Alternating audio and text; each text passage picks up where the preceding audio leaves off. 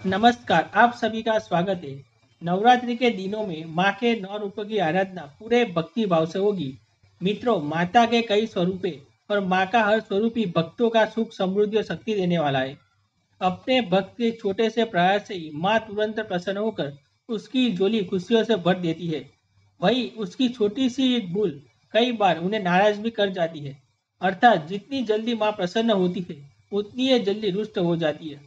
अंततः हम सभी को निरंतर प्रयास करना चाहिए कि माँ को सदैव प्रसन्न रखें। दोस्तों, हम ये तो अच्छी तरह से जानते हैं कि नवरात्रि में हमें ऐसे क्या क्या काम करने चाहिए जिससे माँ हम पर प्रसन्न हो जाए और हम पर कृपा करके हमें मनचाहा फल प्रदान करे, जो हम करते ही है।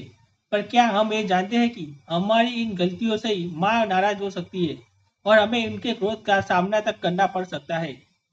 आज के हमारे इस वीडियो में हम बड़े ही सटीक, आसान और सरल शब्दों में आपको बताने जा रहे हैं कि नवरात्र में वो क्या काम है जो हमें बिल्कुल भी नहीं करने चाहिए। तो दोस्तों, इस वीडियो को अंत तक जरूर देखिए और देखिए कि अनजाने में पहले कभी आपसे एक गलती तो नहीं हो रही थी और कहीं इन्हीं गलतियों की वजह से ही आप माँ की कृपा से वंचित हो रहे थे और सारे जतन करके भी माँ आप पर खुश नहीं हो रही थी। तो चलिए जल्दी से शुरू करते हैं। आज का हमारा वीडियो आप अंत तक जरूर देखें ताकि आप भी इन गलतियों को करने से बचे और माँ की कृपा के पात्र बने। सबसे पहली और महत्वपूर्ण बात तो यह है कि माँ को व्रत या पूजा पाठ करने पर मजबूर नहीं कर दी, परंतु यदि आप कर रहे हैं तो अपनी संपूर्ण श्रद्धा, भक्ति और विश्वास से करें। माँ की आराधना करते समय मन में किसी भी प्रकार की शंका बिल्कुल भी ना करें, क्योंकि जिस मन में शंका होती है वो मन शांत नहीं हो सकता और शांत मन से पूजा पाठ करने में कोई भी त्रुटि नहीं है। मन में माँ के प्रति हमेशा सम्मान की भावना रखें। दूसरी बात, नवरात्रि में किसी भी प्रकार के अपशब्दों का प्रयोग अथवा गाली गलौज, झूठ, चुगली, बुराई इत्यादि बुरी बातों का मुंह से निकालने से बचना चाहिए, क्योंकि जिस मुख से हम माता का पवित्र नाम स्मरण, मंत्र जाप और आरती आदि करते हैं, उस मुख से निकलने वाले शब्द भी पवित्र होने चाहिए। तीसरी बात, नवरात्र में हर तरह के मांस और तामसी आहार तथा शराब और तंबाकू आदि का सेवन कतई नहीं करना चाहिए, क्योंकि इससे मनुष्य का अपने मन और मस्तिष्क पर नियंत्रण नहीं होता है। तामसी आहार शरीर में उष्णता का निर्माण करता है, जिसका प्रभाव सीधा हमारे रहने पर पड़ता है। और शराब, तंबाकू इत्यादि के क्या दुष्प्रभाव हमारे शरीर पर होते हैं, इन्हें हम भली भांति परिचित है। इसलिए जहाँ तक संभव हो सात्विक भोजन का ही सेवन करें, खासकर खट्टी चीजें खाने से परहेज करें। चौथी बात, किसी भी जरूरतमंद को और कन्या को अपने घर से खाली हाथ न जाने दे। किसी की मदद करने से माँ यूं ही बहुत प्रसन्न होती है और जरूरतमंद की मदद करने पर तो माँ की कृपा आप पर अवश्य होगी। और कन्या तो माँ का ही रूप होती है।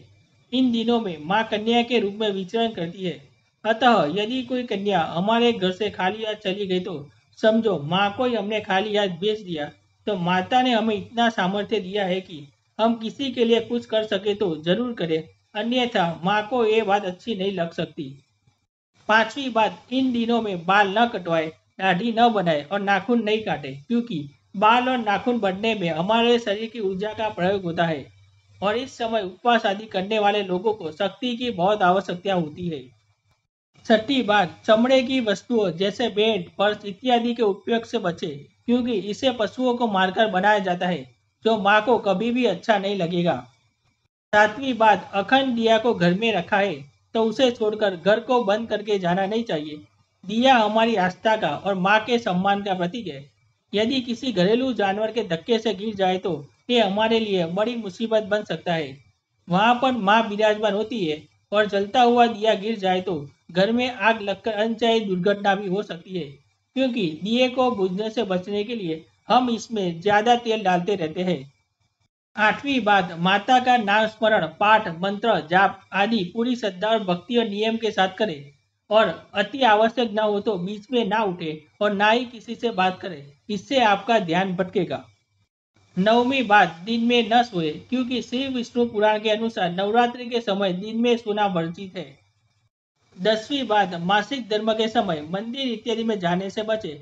और भी कई बातें हैं जो नवरात्रि के समय ध्यान में रखनी चाहिए, परंतु यदि उपरोक्त सभी बातों का ध्यान रखा जाए तो माँ हम पर अवश्य ही प्रसन्न होगी, क्योंकि नवरात्रि शक्ति और भक्ति का पर्व है। मैं आपसे एक निवेदन करना चाहूंगा दोस्तों की संपूर्ण स्त्री जाति में ही माता का ही अंश है इसलिए कृपया आप सभी माता और बहनों का सम्मान करें और उनका आदर करें। आशा करता हूँ कि आप सभी इन बातों को ध्यान में रखते हुए नवरात्रि का त्योहार मनाएं और ढेरों खुशियां पाएंगे। अगर आप माँ दुर्गा के सच्चे भक्त हैं तो वीडियो को लाइक जरूर करें, कमेंट में जय माँ दुर्गा अवश्य लिखें, साथ ही चैनल को सब्सक्राइब करना ना भूलें। धन्यवाद।